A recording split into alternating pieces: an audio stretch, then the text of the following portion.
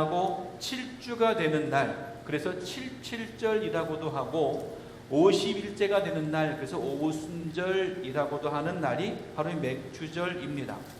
날짜를 계산해 보면 올해의 부활절이 4월 21일이었습니다.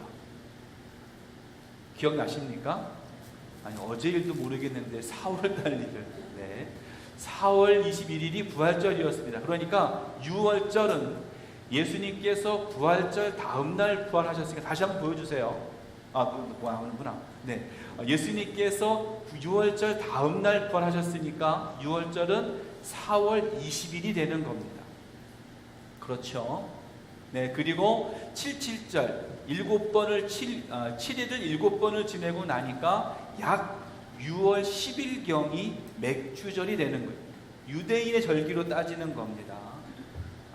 본래가 6월 10일경이 이 맥주절 절기를 지켜야 되지만 저희 개신교에서는 7월 첫 번째 주일을 맥주 감사주일로 지키면서 지난 6개월 동안 지켜주시고 함께해 주시고 동행해 주심에 감사하는 절기로 삼는 것이 바로 오늘 맥주 감사주일입니다.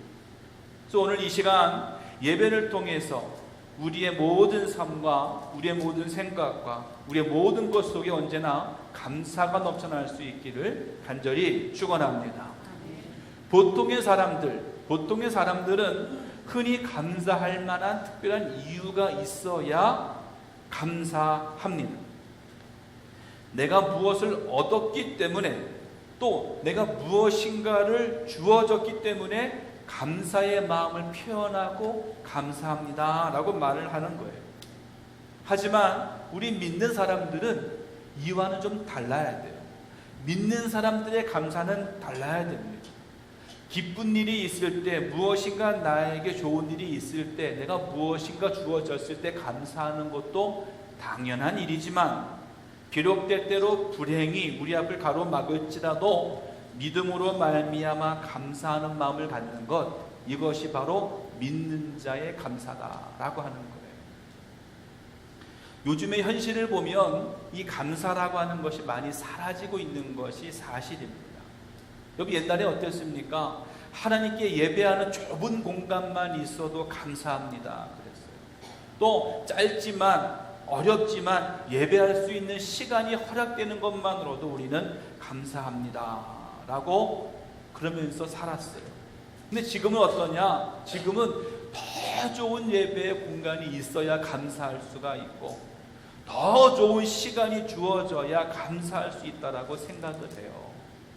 제가 어렸을 때만 해도요, 한겨울이 되면 한 방에 다 모여서 잠을 잤어요. 저희가 4남매니까 제 아버지 어머니까지 6식구였거든요. 한 방에 6식구가 다 몰려서 잤어요. 왜 그랬을까요? 그래야 더 따뜻해요. 그리고 연탄을 떼도 하나만 떼야지 다 떼면 연료비가 많이 드니까. 그래도 불평 하나 없이 그냥 잘 자라고 잘 살았거든요. 근데 요즘은 어떻습니까? 각 방마다 하나씩 다 방 가지고 있고, 그리고 한겨울에도 반팔에 반바지 입고 있어도 뭐라 그래요? 항상 불평하고 불만하고. 이게 바로 요즘의 현실이다라고 하는 거예요. 하나님께서 가장 기뻐하시는 것은 무엇일까? 그것은 하나님의 자녀들이 늘 감사하는 삶을 사는 것. 그걸 하나님이 가장 기뻐하신다라고 하는 거예요. 삶에서 불평하고 원망하기보다는 감사하며 주님 앞에 감사의 예배로, 감사의 기도로 나아갈 수 있는 우리 모두가 되어야 될 줄로 믿습니다. 오늘 본문의 말씀에 보면 예수님께서 감사합니다 라고 고백하고 있어요. 과연 예수님은 무엇을 감사했고 어떻게 감사했는지 말씀을 통해서 한번 보기를 원합니다. 자, 예수님께서 감사합니다 라고 했는데 언제 감사했느냐? 25절의 말씀에 보니까 그때에 그랬어요. 그때에 예수님께서 감사를 했다는 거예요. 그러면 그때가 언제인가 우리가 생각을 해봐야 되는데, 그때가 그러면 예수님께서 예수님께 좋은 일이 있고 많은 것을 얻었기 때문에 예수님께서 그때에 감사합니다 라고 고백했을까요? 절대 그렇지 않아요. 아마도 예수님이 말씀하시는 25절에 말씀하는 그때라고 하는 이 그때는요, 예수님께서 마음이 심히 우울하고 착잡했던 그때를 가르친다는 거예요. 아마도 예수님은 그때 가장 괴로웠고 가장 우울했고 가장 마음이 아팠던 때가 바로 그때예요. 왜냐하면 고라신, 가버나움, 베세다 이런 도시는요, 회개하지 않고 예수님의 마음을 아프게 했기 때문에 그렇습니다. 지도를 한번 보셔요. 지도를 보시면 고라신, 베세다, 가버나움 이 세 도시는요, 갈릴리 호수를 중심으로 해서 따다닥 붙어있는 그런 곳이에요. 그러니까 아주 가까이 있었던 그런 도시거든요. 근데 오늘 본문의 앞절 24절의 말씀에 뭐라고 기록하고 있냐면 이렇게 기록합니다. 내가 너희에게 이르노니 심판날에 소돔 땅이 너보다 견디기 쉬우리라 하시니라 그랬어요. 다시 말해서 이 고라신, 가버나움, 베세다 이곳이요, 회개하지 않고 예수님의 마음을 아프게 한 그것 때문에 예수님은요, 너무나 안타까워하고 있었다라고 하는 것을 볼 수가 있어요. 예수님께서 안타까워하신 이 고라신, 가버나움, 베세다와 같은 곳이 어떤 곳이었느냐? 말씀을 좀 찾아보면은요, 마가복음 8장의 말씀에 보면 예수님께서 맹인의 눈에 침을 뱉으시고 그 맹인에게 안수했을 때 맹인의 눈이 떠졌습니다. 그곳이 어디였을까요? 베세다였어요. 또 마태복음 8장에 보면 예수님께서 중풍병에 걸린 백부장의 아이를 고쳐주셨어요. 어디였을까요? 가버나움이었어요. 마가복음 2장의 말씀에 보면 예수님께서 4명의 친구에게 의해서 집에 지붕을 뜯고 친구가 내려와요. 예수님이 그걸 고쳐주셨거든요. 어디였을까요? 그곳이 가버나움이었어요. 누가복음 4장의 말씀을 보면 예수님께서 더러운 귀신 들린 사람에게서 귀신을 내어 쫓으셨습니다. 그곳이 어디였을까요? 가버나움이었어요. 또 보리떡 5개와 물고기 2마리로 5,000명을 먹이고 12광주를 남는 기적을 행하셨거든요. 어디였을까요? 베세다였어요. 다시 말해서 고라신, 베세다, 가버나움 이 모든 곳은 예수님께서 수많은 기적을 행하셨고 수많은 말씀을 선포하셨던 곳이 바로 그곳이었다라고 하는 거예요. 그런데 21절의 말씀이 뭐라고 그랬냐면 예수님은요, 화 있을진저 고라시나, 화 있을진저 베세다야, 너희에게 행한 모든 권능을 두로와 시돈에서 행하였더라면 그들이 벌써 베옷을 입고 제에 앉아 회개하였으리라. 내가 이곳에서 행한 많은 이적을 시돈과 두로에서 행했다면 그곳에 있었던 사람들이 다 회개했을 텐데 라고 하는 말은 무슨 말이냐면 너희는 뭐 하고 있다는 거예요? 회개하지 않았다는 거예요. 예수님께서 수많은 기적을 행하셨고 수많은 말씀을 선포하셨는데 그 모습을 베세다, 고라신, 가버나움에 사는 사람들은 다 직접 눈으로 목격하고 보고 들었습니다. 그럼에도 불구하고 회개하지 않았어요. 예수님의 마음이 어땠을까요? 너무나 아프셨어요. 낙심되고 슬펐을 거예요. 그런데 예수님이 뭐라고 고백하고 있느냐? 그때에 뭐 한다고요? 감사합니다 라고 고백하고 있어요. 내 말을 들어주는 사람 하나 없고 아무도 그 기적을 통해 회개하는 사람 아무도 없고 아무도 그 모든 일을 통해서 주님을 알지 못하고 깨닫지 못함에도 불구하고 예수님은 뭐라고 고백하고 있냐면 예수님은요, 감사합니다. 여러분, 우리가 배워야 될 것이 바로 이것이에요.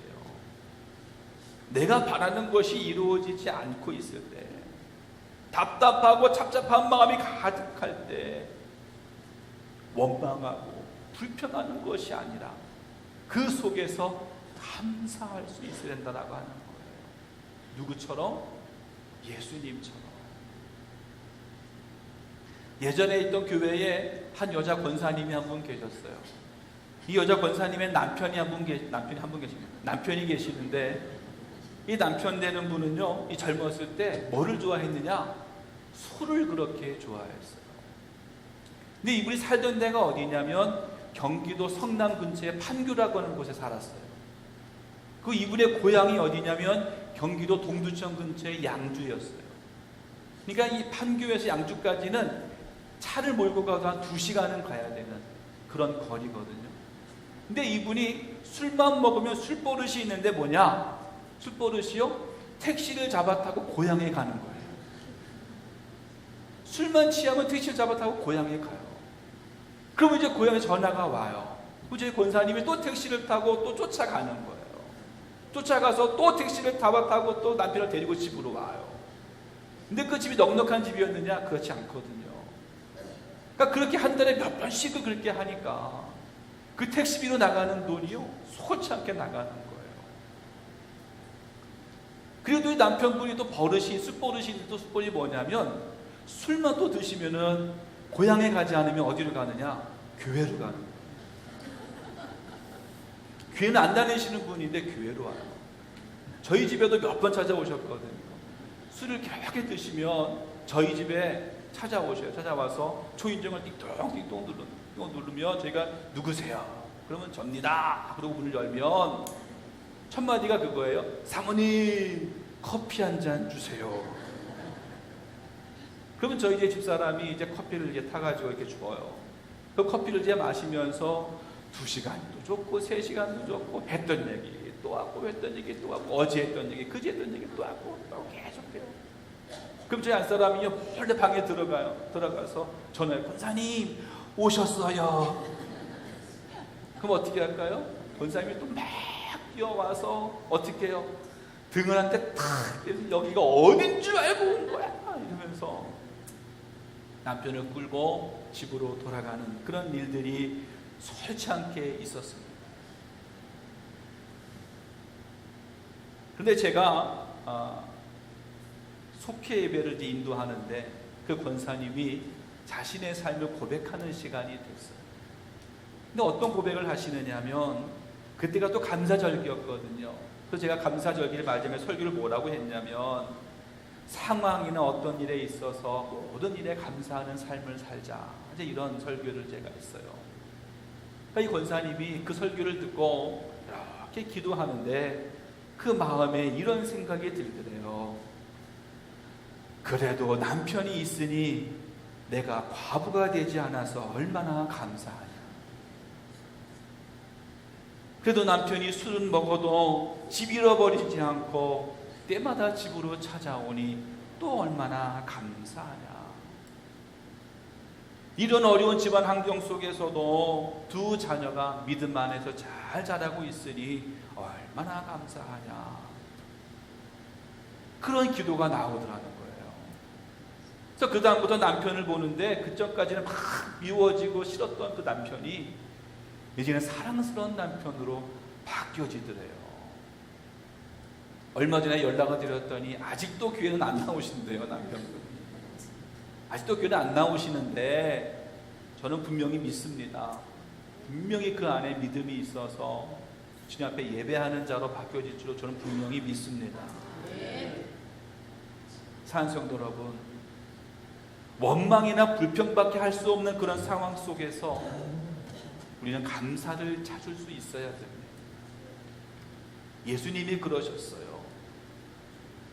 자신의 기적과 자신의 말씀을 듣고도 아무도 회개하지 않는 그 모습을 보면서도 감사합니다 라고 고백했던 것이 바로 예수님이었어요. 바로 헤어름 성도 우리 모두는요, 무엇이 뜻대로 되지 않는다고 해서 원망하거나 불평하는 그런 어리석은 신앙이 아니라 모든 일에 그리고 모든 상황 속에서 감사할 줄 아는 그런 저와 여러분 우리 모두가 될 수 있기를 간절히 축원합니다. 2 번째는요, 예수님이 누구에게 감사했느냐라고 하는 거예요. 누구에게? 또 25절 말씀해 보니까 천지의 주제이신 아버지여 이렇게 말씀했거든요. 즉 하나님 아버지께 감사합니다 라고 고백한 거예요. 오늘날 많은 사람들이요, 감사의 대상을 잘못 찾고 있어요. 비를 내리는 것이 하늘인 줄 알고 하늘에게 감사합니다. 곡식을 내는 게 땅인 줄 알고 땅에 감사합니다. 돌아가신 조상에게 감사하기도 하고요, 안방, 건넌방, 사랑방, 심지어 뒷간에다가 뭘 모셔놓고 섬기기도 하고 감사한다고 말하고 있어요. 우리 교회 앞에도 큰 나무가 하나 있잖아요. 그 나무한테 하는 사람들이 있잖아요. 제가 처음 목회 나갔을 때 그 시골 동네에도요, 마을 입구에 큰 나무가 있었어요. 처음 그 위에 부임해서 가는데 그 나무에 어떤 것이 있냐면 주렁주렁 막 뭔가 걸려 있는 거예요. 빨간색, 파란색, 노란색, 무슨 색, 막 새끼줄이 걸려 있고 뭐가 있고 막 걸려 있더라고요. 결국에 어떻게 됐냐면 길이 넓혀지면서 그 나무가 다 뽑혀져 나갔거든요. 근데 그때 동네가 대단했어요. 그 나무 뽑으면 안 된다. 뽑았다니 이 마을 어떻게 된다. 어떻게 되긴요? 잘 살고 있어요. 인간은요, 연약한 존재이기 때문에 무엇인가에 의지하려고 하는 게 바로 인간이에요. 더 단단하고 더 튼튼하고 더 강한 것을 의지하고 그것에게 절을 하고 비는 게 바로 우리들이에요. 하지만 세상의 그 어떤 것도 우리에게 어떤 참된 힘을 주지는 못합니다. 참된 용기도 주지 못해요. 태양에게 빌고 달에게 빌고 돌에게 빌고 나무에게 빌어도 그 어느 것 하나 내 뜻대로 되는 것이 하나도 없다라고 하는 거예요. 감사도 마찬가지입니다. 우리들이 지금까지 살아왔고 지금도 살아있고 앞으로도 살 날이 있음에 감사해야 되는데 어느 누구에게 어느 무엇에게 감사해야 될지 알지 못하고 있어요. 잘못된 것에 감사하며 살 때가 많이 있잖아요. 병원에 가서 의사의 손을 통해서 병이 나았더니 병원의 의사에게는 감사하는데 그 사람을 위해서 함께 합심하여 중보하고 기도했던 많은 사람들에게는 감사하지 못하고 있어요. 또 그 의사를 통해서 역사하신 하나님에 대해서는 감사하지 못하고 있는 게 사실이라는 거예요. 회사에 취직하고서 열심히 회사를 다니면서 그 회사에 헌신하면서 자신을 합격하게 해주신 상사한테는 잘하고 감사합니다라고 말하면서 자신의 취직을 위해서 기도해 주신 많은 교회 성도님들, 그 역사해 주신 하나님의 역사하심에 감사하지 못하고 자기 잘난 줄 알고 살아가는 것이 바로 우리들의 모습이었다라고 하는 거예요. 천지의 주제이신 아버지라고 하는 말을요, 현대인의 성경을 보면 뭐라고 번역을 했냐면 하늘과 땅의 주인이신 아버지 그랬어요. 하늘의 주인이시고 땅의 주인이신 아버지 하나님. 그리고 헬라어는 뭐라고 했냐면요, 파테르 퀴리에 투 우라누 카이테스 게스라고 합니다. 이 말을 그대로 번역하면 뭐라고 할 수 있냐면 아버지여 하늘과 땅의 주님이시여, 이렇게 번역할 수가 있어요. 그것은 뭐냐면요, 하늘을 지으신 분도 하나님이시고 땅을 지으신 분도 하나님이시고 하늘의 주인도 하나님이시고 땅의 주인도 하나님이시고 또 하늘에 사는 모든 것의 주인도 하나님이시고 땅에 사는 모든 것도 다 주인은 하나님이십니다 라고 고백하는 거예요. 마찬가지로 우리의 삶도 마찬가지입니다. 나의 주인도 바로 하나님이시고 내 삶과 내 생각을 주관하시고 운행하시는 분도 바로 하나님이시라고 하는 고백이에요. 그래서 다윗 왕은요 이렇게 고백합니다. 역대상 29장 12절 말씀이 이렇게 고백했어요. 부와 귀가 주께로 말미암고 또 주는 만물의 주제가 되사 손에 권세와 능력이 있사오니 모든 사람을 크게 하심과 강하게 하심이 주의 손에 있나이다. 모든 세상의 주관자는 하나님이시고 하나님이 이끌어주신다라고 하는 고백이에요. 여러분, 우리들이 진정으로 감사해야 될 분은요 오직 하나님뿐이라는 거예요. 이 땅을 창조하시고 주관하시는, 그래서 이 땅에 있는 모든 것을 역사하신 하나님께 감사해야 되는 것이 바로 우리의 의무이라고 하는 것입니다. 세상에 어느 것 하나 내 마음대로 되는 것이 없어요. 오직 하나님의 뜻대로 하나님의 계획하신 대로 이루어지는 줄로 믿습니다.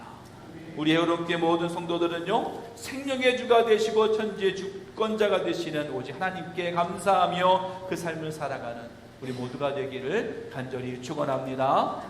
마지막으로 예수님이 왜 감사했느냐는 거예요. 감사의 이유가 뭐냐? 계속해서 본문의 말씀을 보면 26절에 이렇게 말씀하고 있습니다. 옳소이다. 이렇게 된 것이 누구의 뜻? 아버지의 뜻이니이다. 아멘. 예수님은요 자신의 뜻이 이루어졌음에 감사한 것이 아니었어요. 바로 하나님의 뜻이 이루어졌기 때문에 감사합니다 라고 고백하고 있는 게 바로 예수님이라고 하는 거예요. 하나님은 좋은 사람, 훌륭한 사람을 구원하기 위해서 우리에게 오신 분이 아니라는 거예요. 도리어 세상에는 좀 쓸모없을지라도, 세상에선 죄를 지은 죄인일지라도 그 믿음을 갖고 주님 앞에 나아가는 자를요, 하나님은 택하여 구원에 이르게 하신다는 거예요. 다시 말해서 내 인격이, 내 성품이 훌륭하기 때문에, 내가 잘 살았기 때문에 구원받는 것이 아니라 오직 하나님께서 허락하시는 구원은 믿음으로 말미암아 얻는 것이요, 이 모든 것이 다 하나님의 뜻에 있다는 거예요. 그러니까 우리가 감사할 수 있는 것은 바로 하나님의 뜻이 나를 통하여, 하나님의 뜻이 내 안에서 이루어졌음에 감사할 수밖에 없는 거예요. 비록 내가 부족한 것이 많고, 비록 내가 모자란 것이 많고, 내가 세상에서는 죄를 지은 죄인일지라도 하나님의 뜻대로 내가 구원을 얻고 하나님의 뜻대로 내가 주님 앞에 나아갈 수 있음에 감사할 수 있어야 된다라고 하는 것입니다. 그러기에 우리들이 해야 할 것은요, 하나님의 뜻을 이루기 위하여 뭐 해야 돼요? 주님 앞에 헌신하는 자가 되어야 된다. 세상에 훌륭한 사람, 좋은 사람을 찾아서 주님 앞으로 이끌고 오는 것이 아니라 세상에서 좀 부족하고 모자란 사람일지라도 주님께로 이끌어 나올 때에 주님의 뜻이, 하나님의 뜻이 그 속에서 이루어지게 된다라고 합니다. 보통의 사람들은요, 감사할 때 어떤 감사를 하냐면 내 뜻대로 이루어질 때 감사해요. 내 뜻대로 이루어지지 않으면 감사할 것이 없다라고 생각하는 게 바로 우리들이에요. 그러니까 세상에 보면, 세상에서 불평하고 원망하는 사람들 보면은요, 자기 뜻대로 안 되니까 불평하는 거예요. 내 마음대로 안 되니까 원망하는 거예요. 근데 여러분, 하나만 또 생각을 해보면은요, 하나님의 뜻이 이루어지기에 감사할 수 있다는 거예요. 내 뜻이 아니라, 내가 원하는 대로가 아니라 하나님의 뜻이, 하나님이 원하시는 대로 이루어지니 우리가 감사할 수 있다는 겁니다. 왜 그런지 아십니까? 나의 뜻보다 하나님의 뜻이 더 완전해요. 내 생각보다도 하나님의 생각이 더 선한 것이라는 거예요. 그러기에 내 뜻이 이루어지기보다는 하나님의 뜻이 이루어지기 위해 헌신하고 감사할 수 있는 우리 모두가 되기를 간절히 바랍니다. 예수님도 감사하셨어요. 인생을 살면서 감사를 마음에 품고 산다고 하는 것은요, 참으로 복된 일입니다. 감사할 때, 감사하는 마음이 있을 때 내 마음에 평안이 있고 기쁨이 넘쳐나게 되는 거예요. 여러분, 감사할 줄 아는 자녀는요, 부모에게도 순종하는 거예요. 감사를 모르는 자녀는요, 방탕한 삶을 살기가 쉽습니다. 감사하는 마음으로 일하는 일꾼들은요, 피곤을 모르고 열심히 충성스럽게 일해요. 하지만 감사를 모르는 일꾼은요, 일을 그르치고 자기 마음대로 하는 거예요. 감사하는 마음으로 살아가는 부부는요, 행복합니다. 왜요? 서로 아끼고 사랑하고 서로 인내하며 서로 위로하며 살아가기 때문에 그래요. 하지만 감사가 사라진 부부는요, 서로 목소리가 높아져요. 그리고 자기 얘기만 하려고 하고 다툼이 흔하게 되는 거예요. 감사하며 사는 사람은요, 남의 허물을 드러내기보다는 남의 허물을 감싸 안아줍니다. 정죄하기보다는 그를 위해 기도해 줍니다. 사랑하는 성도 여러분, 감사가 있는 삶은 평안의 삶이지만 감사가 없는 삶은 불행의 삶이 될 수 있는 겁니다. 오늘 본문의 말씀을 보면 예수님이 감사하셨어요. 왜요? 나의 뜻이 이루어졌기에? 아닙니다. 하나님의 뜻이 이루어졌기에. 마찬가지로 우리들도 마찬가지입니다. 나의 뜻이 이루어졌기에 감사하는 자가 아니라 하나님의 뜻이 이루어졌기에 하나님 앞에 감사할 수 있는 우리 모두가 되기를 간절히 바랍니다. 내 뜻대로 되지 않았다고, 내 마음대로 되지 않았다고 불평하고 원망하고 거부하지 말고 오직 하나님의 뜻이 이루어짐을 감사하고 오직 우리 모두가 하나님의 뜻에 맞춰 나갈 수 있는 진정한 감사가 넘쳐나는 우리 여러분께 모든 성도님, 우리 교회 모두가 될 수 있기를 주님의 이름으로 간절히 축원합니다. 기도하겠습니다. 하나님 감사합니다. 우리 주님만 사랑합니다. 우리 주님만 의지합니다. 주의 말씀 안에 거하는